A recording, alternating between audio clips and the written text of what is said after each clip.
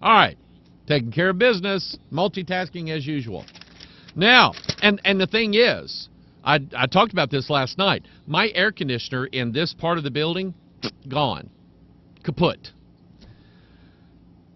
And it looks like somebody went out there and deliberately put their foot on the lines that run from the compressor into the blowers inside, and so probably doesn't have any Freon in it. It looks like someone put their foot on the lines. I don't know for what reason. I don't know what. Anyway, we had to take care of that because I need my air conditioning. Let's go back to Jezebel, shall we? We talked about in 1 Kings 21 what she does, what her role is. Her role is the transfer of authority. So John Kerry has the spirit of Jezebel on him. Because what he has done, even though he's telling everybody, now it's going to be okay, you'll still be able to use guns for legitimate purposes. It's going to be okay. Trust me. I've been a politician for years. And I protested the war in Vietnam. That's the spirit of Jezebel, the transfer of authority. The Constitution gives us authority. I got to say this right. The Constitution protected the right that we already had by God to keep and bear arms. The Second Amendment does not give an American citizen the right to keep and bear arms. That right is already given to man. It says, the language of the Second Amendment says the right to keep and bear arms shall not be infringed. In other words, the founders and the guys who wrote that, they all agreed. Of course a man's got a right to defend himself and defend his home and defend the Constitution. Of course he has that right. So John, that's the spirit of Jezebel, transferring authority from the Constitution over to a United Nations conglomerate that has, there's no one higher than the United Nations, except for, of course, God. So that's her role. That's what she does. Let's look at some other pertinent scriptures concerning Jezebel, and you'll get an idea. Turn to 2 Kings 9:22. You know what? Let me do it the old-fashioned way. Let's do it back the way we did in the old days. We used to flip our Bibles over.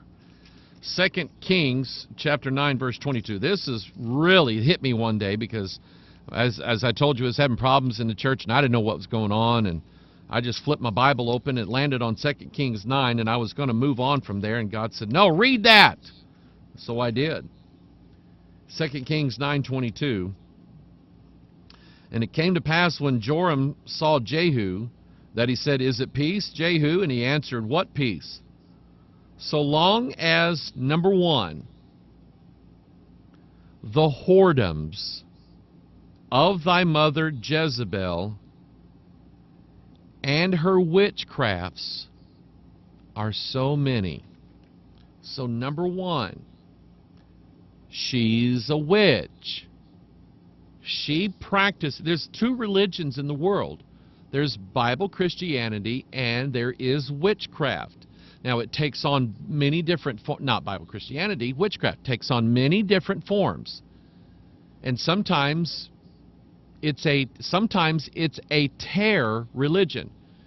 It looks like Christianity, but it's not. Witchcraft is defined like this. The ritualization, the pronunciation of certain words, phrases in ritual in order to release a power or invoke a deity of some kind. That's witchcraft. That's pure Wicca. Wicca says there is power in the four elements: earth, air, earth, wind, and fire. Okay, water didn't make the band, so the band was only earth, wind, and fire. They didn't have any water. So it's the elements. They say there's the force of the elements, and all we're doing is we're speaking these words, and we're facing the 4 directions, and we're doing it on this particular day with this wand and this pentagram and these candles and this cat and all this stuff, and we do this so that the forces will pay attention to us and do what we want them to do. And it's good. I'm only a good witch. I only do good witchcraft. Okay? Unless you really tick me off. That's your average witch. And it's the same thing, whether it's in Christianity or whether it's in any other religion. It's the idea that you can perform a ritual or say words that will force God into doing what you commanded him to do.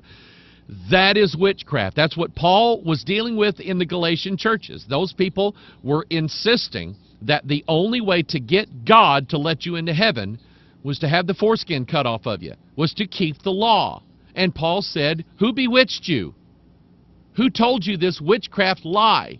Why are you under the weak and beggarly, and he said it, elements? Why are you under those elements? Why are you under the forces of this universe, thinking that if you just do all of these things, then it will have to act on your behalf? That is witchcraft, and that's who Jezebel is.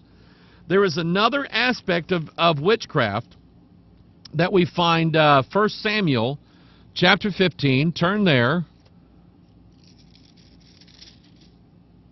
Let's see here. 1 Samuel 15:33. And Samuel said, as thy sword hath made women childless, so shall thy mother be childless. That's not it. What am I? Oh, 23. I read it wrong. For rebellion is as the sin of witchcraft. There we go. Rebellion.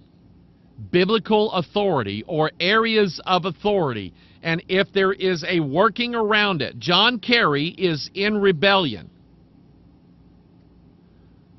When it comes to the American Revolution, I did a lot of thinking on this because it was like the rebellion of the states. The problem was there was already written agreements between King George and the colonies, and King George violated those laws. He violated his own laws. And he hired the Hessians, German mercenaries, to come in and fire at will against his own people. And the people in the colonies said, we've invited you to talk. We've done everything we could do. We've tried diplomacy. We've tried everything. And you keep doing this, and we don't have a choice. We're going to start firing back. Is what we're going to do. We're declaring that since you broke the contract, King George, you broke the contract, we are not under your authority any longer. I want you to think about that, people.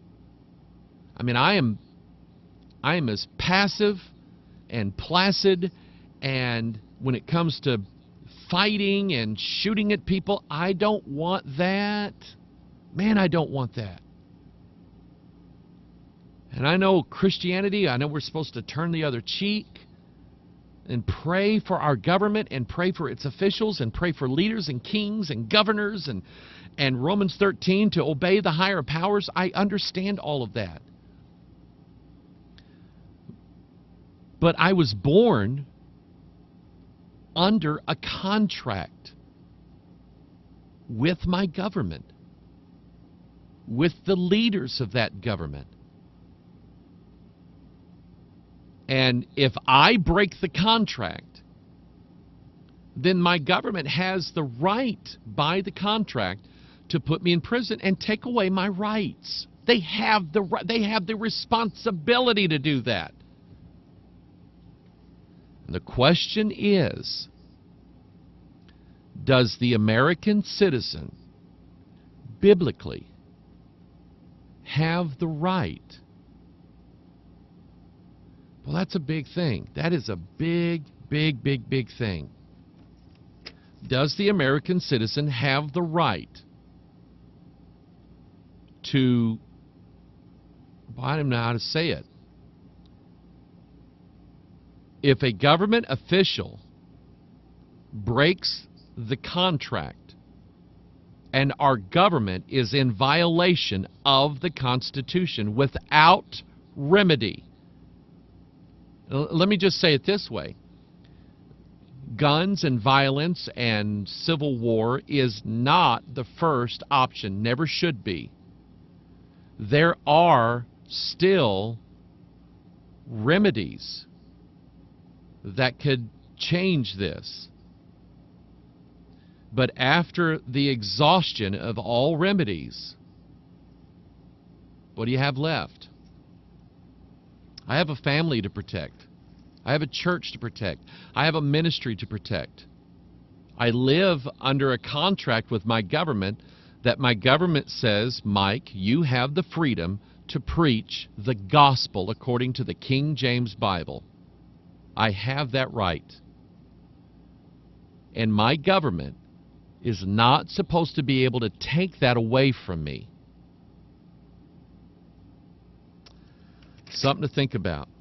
Rebellion is as the sin of witchcraft, and stubbornness as iniquity and idolatry. Stubbornness. Are you listening to me out there, you bullheaded people, hard-headed, who won't listen to some preacher? You won't listen to Bible verses. You won't listen to someone who's trying to reason with you scripturally and give you the oracles of God to tell you, look, your life, your soul is in danger. You're going to die and go to hell unless God changes you. And you don't even want to hear it. You're stubborn. You know what that is? Witchcraft. Idolatry. Because thou hast, watch this, see, listen to the contract. This is what he told Saul. Saul was under contract with God. Because thou hast rejected the word of the Lord, he hath also rejected thee from being king. Who broke the contract first? Was it God or Saul? It was Saul. The word of the Lord is his covenant, his contract. And Saul broke the contract. Can someone, we're under the new covenant, the New Testament. Can someone break the oath with God, the covenant with God? Yes, by falling into disbelief, unbelief. I don't believe it anymore. I don't believe the Bible. I don't believe 1 John 5:7. I don't believe that. I don't believe that's part of the Bible. Prayer and fasting, those two verses, you don't need them. They shouldn't be in the Bible anyway. King James translators added those. That's breaking the contract. You go read Revelation 22. Don't add to or take away from this book. Mormons broke the contract. The contract said no words after this. They broke the contract. They're not brethren, people. That's Jezebel. That's what she's trying to do. Let's see. And then back again what Paul said. O foolish Galatians, who hath bewitched you? So the Hebrew roots people doing the same thing. Causing you to break the new covenant that you're under.